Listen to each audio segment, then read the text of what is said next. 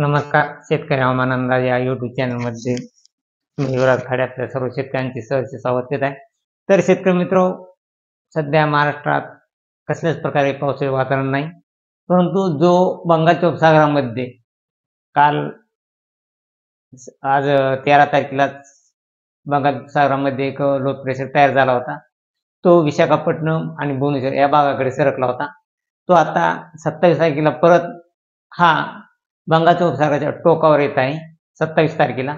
त्यामुळे परत महाराष्ट्रात जे पावसाचे वातावरण तयार झालेले होणार होते, सोलापूर, अक्कलकोट आणि सांगलीच्या काही भागामध्ये जत या ठिकाणी पावसाळी वातावरण तयार पाऊस येणार होता, तो पाऊस आता येणार नाही, सध्या तरी दाखवत नाही. कारण हा जो लो प्रेशर आहे तो बंगालचा उपसागर आणि अरबी समुद्र आहे दोन्हीच्या टोकावर येण्याची दाट शक्यता आहे. त्याचा प्रभाव केरळ तसेच कर्नाटक याच राज्यामध्ये राहण्याची शक्यता आहे आणि त्या ठिकाणी जोरदार ते मुसळधार पाऊस राहणार. कर्नाटक आणि चेन्नई या भागामध्ये, केरळ या भागामध्ये पाऊस राहणार आहे.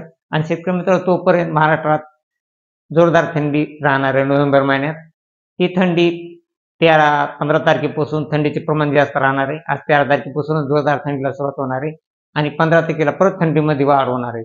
ही वाढ रोजचे दिवसेंदिवस वाढतच राहणार आहे. 13 ते 14 सेल्सिअस तापमान राहणार आहे आणि गोडबिंदू 10 सेल्सिअस असा राहणार आहे. तरी शेतकरी मित्र, ही वाढ 22 तारखेपर्यंत कायम राहणार आहे थंडीची लाट. आणि 22 तारखेच्या नंतर 23, 24, 25, 26 या तारखांना थोडीफार थंडीचे प्रमाण थोडे कमी होणार आहे.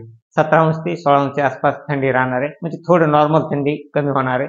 परंतु सध्या तरी ही 27 तारखेपर्यंत थंडीची लाट ही कायमस्वरूपी राहणार आहे.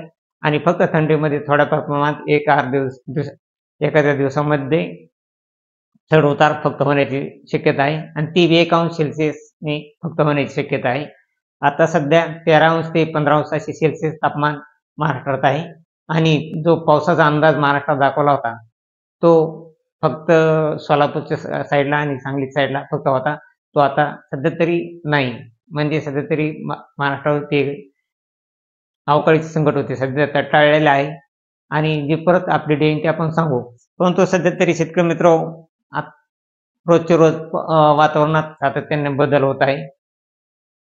13 तारखेपासूनच एकदम जोरदार थंडीला सुरुवात होणार आहे पहाटेपासूनच.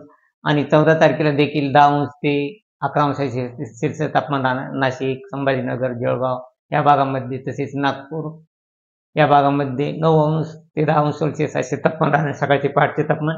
त्यामुळे थंडीमध्ये एकदम जोरदार वाढ राहणार आहे. एकदम थंडीमध्ये जास्त प्रमाणात थंडी राहणार आहे. तसेच शेतकरी मित्र, 14 तारखेला देखील आणि 14 तारखेला देखील थंडीमध्ये वाढ आहे. परत दिवसा देखील वातावरणामध्ये थोडी थंडीचे प्रमाण हे राहणारच आहे. आणि 4च्या टायमाला देखील थंडी 12 सेल्सिअस असे थंडीचे प्रमाण राहणार आहे. आणि ऊन जरी असले, तर टेम्परेचर जरी असले तरी थंडी ही जाणवणारच आहे. आणि 15 तारखेला देखील शेतकरी मित्रांनो 9 ते 10 सेल्सिअस असे तापमान हे पहाटे राहणार आहे संभाजीनगर या भागामध्ये.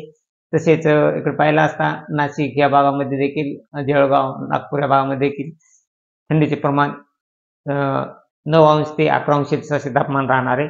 म्हणजे सध्या थंडीची नोव्हेंबर महिन्यात थंडीची खूप लाट राहणार आहे आणि ही लाट कायम 23 तारखेपर्यंत कायम राहण्याची शक्यता आहे. परंतु 23 तारखेपासून थोडे थंडीचे प्रमाण कमी होईल, परंतु पूर्ण नोव्हेंबर महिना हा जोरदार थंडीचा राहणार आहे सध्या तरी. आणि डिसेंबर महिन्यात थंडी आणखी किती प्रकारे वाढते, अगर कमी होते, हे पुढच्या अपडेटमध्ये आपण सांगू. आणि जे पावसाचे वातावरण तयार झाले होते ते सध्या तरी संपुष्टात आलेले आहे. त्याच्यामुळे अशीच रोजची ताजी अपडेट पाहण्यासाठी आपल्या चॅनलला सबस्क्राईब, लाईक करा. जय हिंद, जय महाराष्ट्र, जय जवान, जय किसान. आणि आपला व्हिडिओ जरी वाटला तर आपला व्हिडिओ हा शेअर करा आणि लाईक करा.